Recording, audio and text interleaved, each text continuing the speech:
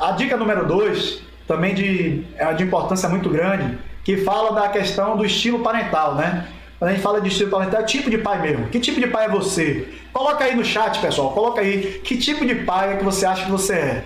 Eu não sei se vocês já leram algum material sobre isso, né? Mas nós temos praticamente 4 tipos de pais, né? São os mais aceitos, tem diversas. A literatura ela mostra vários, né? Tem às vezes 10 classificações de pais, mas eu me baseio nas que são mais aceitas, principalmente na área acadêmica, tá certo? Então essas 4 que eu vou citar aqui são as principais aí que são mais aceitas. Nós temos um tipo de pai que é o pai autoritário. E quando eu falo pai, como eu já falei antes, é pai e mãe, tá, gente? Pai, mãe, responsável, às vezes é o avô que é responsável por tomar frente, né, na educação daquela criança, daquele adolescente, daquele jovem. Então, pessoa que é responsável, é aquele que assume a responsabilidade, tá? Então, se essa pessoa é uma pessoa autoritária, ela vai ter benefícios em umas coisas e prejuízos em outras. No caso do autoritário, mais prejuízos do que benefícios, tá? Depois eu vou falar, não vou aprofundar agora porque eu só vou citar. Pais negligentes, tá? Pais permissivos e pais participativos. Eu vou aprofundar um pouquinho em cada uma delas. Os pais autoritários, como eu falei, né, são pais que normalmente a comunicação dele com os filhos se baseia na relação de medo, né, não de respeito, de medo, né? É diferente, a gente precisa entender que é diferente nós sermos, enquanto pais, a gente ser firme e a gente ser duro, ok? É totalmente diferente. A firmeza é a gente ter certeza do que é melhor para nossos filhos e a gente não abrir mão daquilo que é bom para nossos filhos, daquilo que são princípios e ser realmente firme naquilo ali. Mas ser duro já envolve a forma de falar violenta, tá? Já envolve a questão de intimidação, né? De bater muitas vezes sem necessidade, né? Eu não estou aqui condenando 100%, que às vezes há uma necessidade de uma correção mais física, sim. Tá? Tem que se ter muita sabedoria na área de educação, que durante muito tempo se defendeu aí não levantar nunca a mão para a criança, e isso tem trazido consequências negativas, né, para a sociedade. Eu sei que muitos não vão concordar, mas a verdade é essa, né? Às vezes é necessário sim, né, uma correção física, né? Lógico que é o último recurso que você tem que utilizar, mas às vezes é necessário, tá certo? Mas no caso desses pais, eles são aqueles que usam a violência em primeiro lugar, né? Então a postura tanto verbal como física, ela é extremamente violenta, normalmente agressiva, tá? E quais são as consequências, né, que temos nos filhos? Normalmente esses filhos, principalmente quando chegam ali na adolescência, né? Mas até antes disso, mas mais na adolescência, eles ficam meio perdidos, né? Eles ficam meio perdidos porque é como se, assim, eles não tivessem necessidade de falar nada. Eles se tornam medrosos, eles evitam participação nas coisas, né? E eu vou colocar aqui o próximo item, que aí já falo logo sobre isso. Eles evitam colocar metas altas, né? Metas altas no seu desenvolvimento, tanto em escola como nos esportes, porque eles ficam com medo de se decepcionar, porque naturalmente eles ficam com medo daquele pai, né? Da reação do pai, né? E ele transfere isso para a escola também. Ele normalmente na escola eles não participam muito das aulas, no próprio esporte eles não são muito participativos, né? Eles não interagem com os professores, com os treinadores, né? Então as consequências são essas. Então esse é um perfil de pai que normalmente não é adequada, tá, para o esporte. Às vezes, a depender da personalidade da criança, do adolescente, ele até responde de uma maneira positiva, né, em termos de desempenho, de resultado, porém ele se torna um adulto extremamente estressado, extremamente ansioso, né? E isso é terrível. O custo que essa pessoa tem na vida é muito alto, em termos de desgaste emocional mesmo, tá certo? Então esse não é o tipo de pai que é adequado. Outro tipo de pai que muitas vezes acha que é bom ser assim, mas não é, é o pai negligente. É aquele pai, não sei se vocês conhecem, é aquele pai que simplesmente não sabe nem, muitas vezes, qual é o ano do filho na escola, quem é o professor que acompanha o filho, não sabe quem é o treinador. Ele não se envolve nas atividades do filho, não se envolve em nada do filho dele, ele acha que o filho ele se desenvolve sozinho, né? Ele aprende as coisas sozinho, ele se cria sozinho, né? E ele simplesmente com isso ele não se desenvolve. Então, esse pai normalmente ele tem pouco controle, né, sobre as atividades do filho e pouco interesse. O filho, naturalmente, ele se torna também uma pessoa desinteressada, né? Porque tanto faz, né? O pai não se interessa, ele acha, pô, não tem importância, essas coisas então não tem importância. Então ele normalmente ele não vai se dedicar aos estudos, não vai se dedicar ao esporte como deveria, não vai ter responsabilidade, né? Então ele não tem esse interesse pelo aprendizado, tá certo? E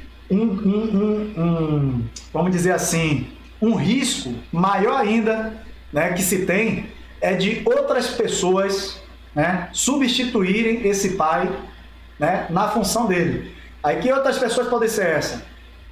Um outro adulto, tá? Um pai de um amigo, do amiguinho dele, né? Porque é uma necessidade. A criança ela tem essa necessidade, então ela vai buscar isso, naturalmente. Né? Essa figura de autoridade ela vai buscar. Então pode ser qualquer outra pessoa, às vezes o próprio amigo, que não tem nem maturidade para ser, mas ele às vezes se debruça, né, no próprio amigo como uma referência para ele, se for um amigo mais velho do que ele, normalmente isso acontece. E isso é um risco muito grande, porque você transferir essa responsabilidade para outra pessoa, essa outra pessoa pode ter intenções diferentes das suas com relação ao seu filho, né? E aí eu posso ressaltar, inclusive, coisas que a gente vive no esporte, que são uma realidade, né? Que é a questão de pedofilia, né? E outras questões mais aí de abusos, tá? Então tem que ter muito cuidado. Então o pai negligente, normalmente, ele não protege seu filho dessas coisas, né? E ele deixa o filho realmente devastado nessa área.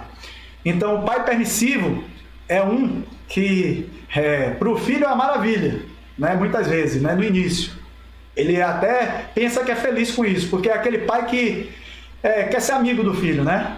É um amigo do filho. Ele simplesmente deixa o filho fazer o que ele quiser, né? Ele é extremamente permissivo. Ele deixa o filho fazer. Se o filho quer ir para a aula, vai. Se não quiser, não vai, né? E ele acha que está tudo certo, que tem que respeitar a vontade da criança e que se o filho quer agir dessa forma, xingando, ele pode, outras coisas mais que a gente vivencia, né?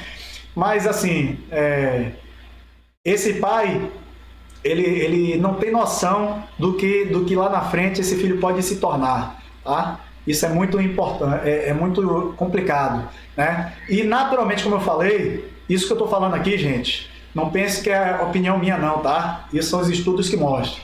Normalmente os filhos de pais permissivos, eles chegam a um ponto que eles se tornam apáticos, tristes, depressivos, tá? Porque eles não veem valor nas coisas, né? Eles conquistam tudo muito fácil, eles têm acesso a tudo muito fácil, eles fazem o que eles querem, entendeu? E isso eles simplesmente acabam, chega no momento que eles chegam, pô, nada me satisfaz, sabe? Nada. Então, com uma outra consequência também é ele não se esforçar para conquistar as coisas, né?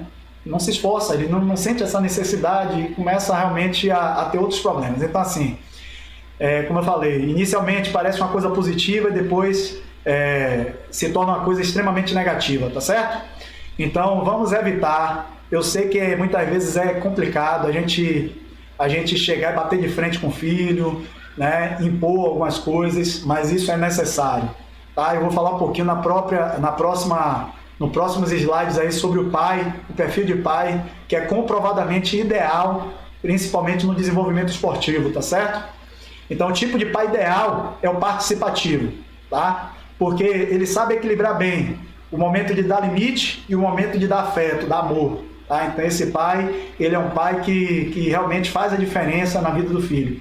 Além disso, ele é aquele pai que ele se envolve nas atividades do filho, né? Ele normalmente acompanha nos treinos, ele vai na escola, ele procura saber do treinador como é que está o desenvolvimento do filho, né? Ele é aquele pai realmente que se interessa mesmo pela vida do filho. Ele é muito zeloso e cuidadoso, né? E principalmente ele dialoga bastante, né, com o filho sobre as ações deles e as consequências das ações. Então, uma das coisas que é bem característica desse tipo de pai é que ele deixa bem claro que, filho, Toda atitude que você tiver vai gerar consequências. Essas consequências, a depender da sua atitude, podem ser positivas e podem ser negativas, né? Então esse pai ele tem esse cuidado de passar isso para o filho. E na hora que tem que chegar e dar uma dura, ele dá, tá? Então tenham bastante cuidado.